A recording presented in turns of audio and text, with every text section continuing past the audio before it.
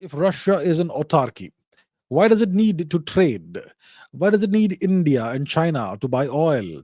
Is trade only a means to build relationships and alliances? That's a great question, isn't it? So Russia is an autarky. Um, it has everything it needs, all the raw materials it needs. It has what's an autarky? It's a nation, a kingdom, empire, whatever it is, a geopolitical or political entity that has within its territory, within the territory it controls, everything it needs to exist, for its population to exist and thrive, which means all the raw materials: oil, gas, minerals, iron, coal, uh, chemicals, fertilizer, agriculture products, everything, timber, everything. So it has all this. Russia has all this, right?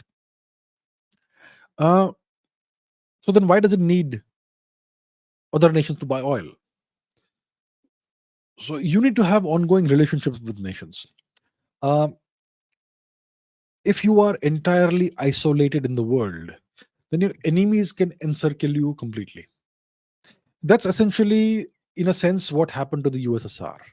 Lots of problems, but one of the things is that it completely lost access to the oceans and everything. It got completely encircled. So it is very important for you to have friendly countries and nations that are favorably inclined towards you in various parts of the world, especially large, powerful nations. So there is that. And you may have all the raw materials you need, but what about technology? Other nations may have things that are not raw material based, but you don't have it, right? So there are a lot of factors that come into this. It's not only about having all the raw materials you need. You need relationships, you need support from other nations, you need to have alliances, you need to have supply chains, you need to have trade routes, you need to have all those things, because these things help you in power projection, they help you in building networks, they help you in building relationships, they help you in acquiring and selling technology, they help you when it comes to voting in the United Nations, they help you in building multilateral alliances and coalitions, and so many things. So a lot of these things cannot be achieved despite, even if you are an autarky. For that you need the support of other nations. So that's why you need Russia needs nations like India and China. You also need to have foreign exchange reserves.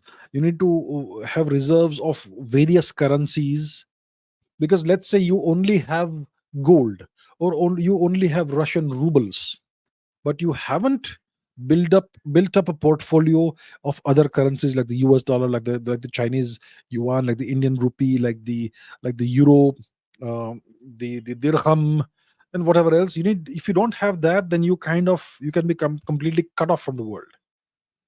So and so how do you acquire those currencies and reserves of those currencies? By trading, by selling stuff to these nations. So you sell to India, you acquire a bunch of rupees in exchange. You sell to China, you acquire a bunch of yuan in exchange. And all these reserves of other currencies also help to stabilize you and shelter you and prevent the possibility of economic shocks and economic sanctions and all that. So it's very complicated, but this even if you're an autarky, you need to have these ongoing relationships with other countries. So you need to sell stuff to these countries, and you need to acquire their currencies and create reserves of their currency. Sometimes what happens is that you get too your reserve of a certain currency piles up, and it's too much, and it's way more than you need. Then you have to come to an understanding with that country that, okay, for some time now, let's trade in a third currency, not your currency, not my currency, but a third currency, not the US dollar, maybe the Chinese yuan or the dirham or whatever, or like that. No, so that's the reason why Russia still does need to trade with India and China. They need India and China to buy oil, and and so on. That's why it's important for them.